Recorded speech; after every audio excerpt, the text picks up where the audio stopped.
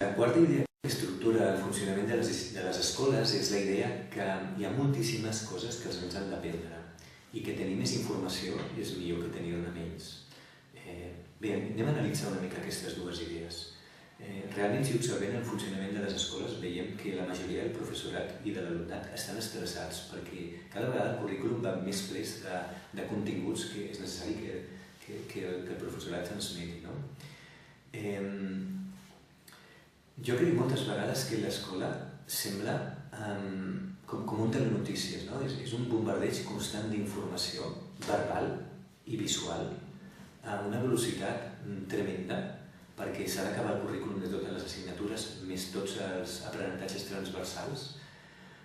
que té com a conseqüència que els nens recordin ben poca cosa perquè no han viscut en realitat real, no han tingut una vivència sensorial de res, simplement han estat exposats a una informació i després se'ls ha demanat que vomitin aquesta informació.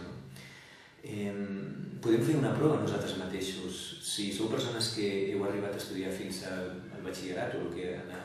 amics de la meva època era el BUP, en algun moment de la vostra vida heu estat exposats o heu hagut d'aprendre el que són les matrius, heu hagut de saber com fer matrius en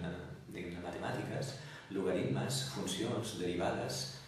Segurament si no us heu dedicat al món de les matemàtiques, d'això no recordeu gran cosa per no dir-vos res. Però en tot cas també podem anar baixant arrels quadrades, per exemple. És possible que encara recordeu la forma gràfica de l'algoritme, però qui se'n recorda de l'algoritme o qui se'n recorda o qui va aprendre què és una arrel quadrada i per què serveix. És a dir, estem exposats a una quantitat d'informació superficial que és transmesa per una altra persona que ens demana que la vomitem, que oblidem amb una velocitat tremenda i a més que no té cap conseqüència per la majoria de la societat, perquè si la majoria de la societat no se'n recorda de tot això és que en realitat tampoc deu de ser tan important. No estic dient que els nens i les nenes no hagin d'aprendre aquestes coses, el que estic plantejant és que els currículums estan tan carregats de continguts i que la transmissió d'aquests continguts és bàsicament verbal i visual i per tant no hi ha un aprenentatge significatiu i profund.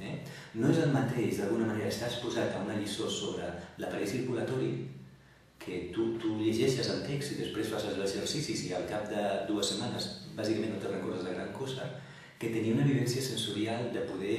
obrir un cor d'un porc, per exemple, analitzar-lo, tallar-lo, tocar-lo, ensumar-lo i a partir d'aquí potser sí, tenir una conversa amb una persona que ens està acompanyant i potser sí, fer algun tipus d'exercicis en relació amb això. De base hi ha una altra idea relacionada amb aquesta que és tenir més informació és millor que tenir-ne menys. No sé, és una idea que en tot cas podem reflexionar si és certa. A vegades et trobes amb nens petits que van vomitant informacions que segurament no comprenen, que si Rajoy això o que si, no sé, multitud de coses que van sentint i que em pregunto de què serveixen. Quins coneixements, quins conceptes, quines idees, quins valors han estat el resultat d'una construcció pròpia i quins valors són d'alguna manera un introjecte que nosaltres hem fet d'una informació d'una altra, és a dir, dels nostres pensaments, de les nostres creences, dels nostres coneixements, quins d'aquests coneixements han estat construïts per nosaltres mateixos a partir de les nostres pròpies vivències i quines són idees que anem sentint d'uns altres, que les anem assimilant, anem vivint les nostres vides en funció d'aquestes idees que no han estat una construcció pròpia i per tant realment no estem vivint les nostres pròpies vides i d'altra banda se'ns van debilitant les nostres capacitats en construir els nostres propis coneixements, en edificar un pensament, allò que es diu un pensament crític,